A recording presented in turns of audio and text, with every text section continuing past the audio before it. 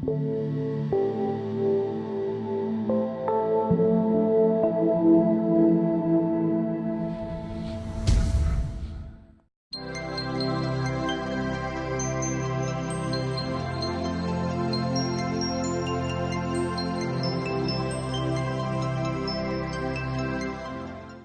Cohen's classic study of mods and rockers introduced the concept of a moral panic. The idea that societies appear to be subject, every now and then, to situations in which a condition, episode, person, or groups of persons emerges to become defined as a threat to societal values and interests. The idea of the moral panic, in terms of its traditional writing, relates to conservative sections in society, often moral conservatives, who are interested in tradition and the past, upholding good old British values, for example. And they see a threat to that, often in youth, often in things that are happening in the family, things to do with sex, things to do with crime. And there's a reaction by these sections in society.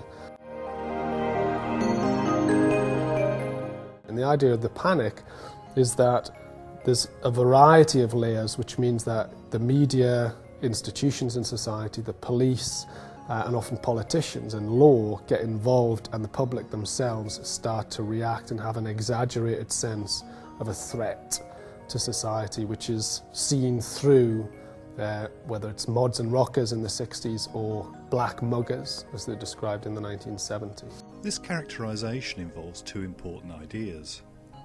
Firstly, a moral panic involves a threat, real or imagined, to the moral order.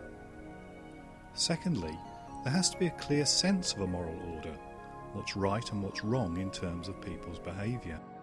In recent times, some sociologists have suggested the concept of a moral panic has become less useful, for a couple of reasons. Firstly, the term has been overused, in the sense there has been a tendency to label any panic in society as a moral one, and this, as Cohen himself suggested, is highly unlikely. When every panic is treated as a moral one, the concept loses its coherence and meaning. And the argument here is that an increasing number of panics do not have a moral dimension. But this doesn't mean they're unimportant, or that they don't have to be explained in some way. Secondly, there is the idea that our society has changed, that we're entering a phase of social development called late modernity, where it's becoming more difficult for the authorities to control the moral order, to lay down clear guidelines about right and wrong behaviour. The argument here is that the breakdown of a moral consensus in our society makes moral panics rare, and this changed situation requires a changed way of looking at things. Rather than moral panics, we should think in terms of amoral panics. The idea of an amoral panic is really that you don't have panics based on traditional moralising today. That what's happened is actually you've got a collapse of meaning. So any sort of strength of moral purpose has declined, but equally any radical political sense of purpose has declined. And as a result, you have various elites of what would have been seen as radical and conservative overlapping today, and they have a heightened sense of anxiety about what's happening in society, very much because they themselves are weak, if you like. They themselves have lost the capacity to engage with the public with their ideas or with their morals. So the public feel more alien, more distant. They are disconnected from them, if you like. And so there's a greater, wider, more generalised sense of anxiety in society, from the elite down, which I think affects all sections of society.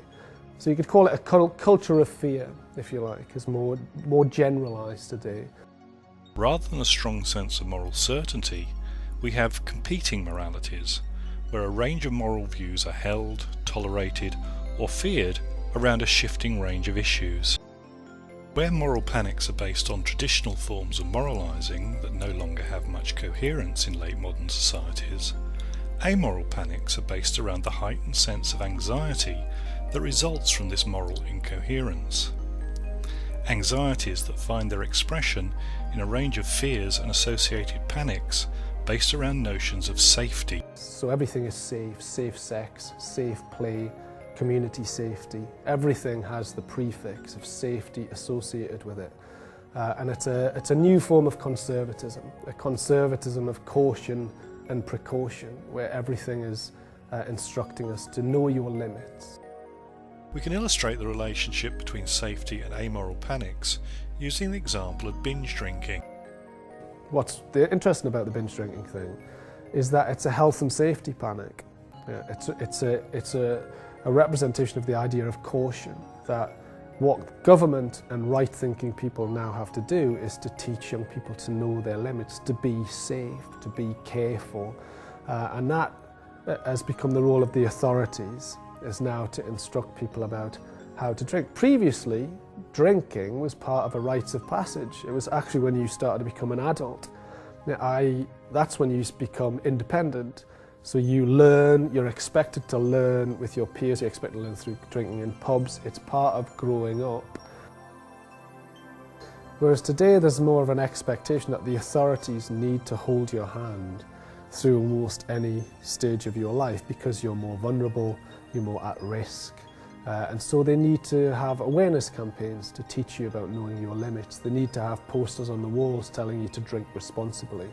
There's more bouncers in pubs now. And there's a greater expectation that you will be regulated and you will regulate yourself rather than just growing up and drinking being part of your life, something you take responsibility for becoming an adult. It's a sort of safety framework, a cotton wool framework that is wrapped around young people. So on the one hand, binge drinkers are seen as dangerous, but really what's underneath it is this idea that you're a danger to yourself. You can't really be trusted to become an independent adult. You need some kind of an awareness campaign to keep you safe as you get older.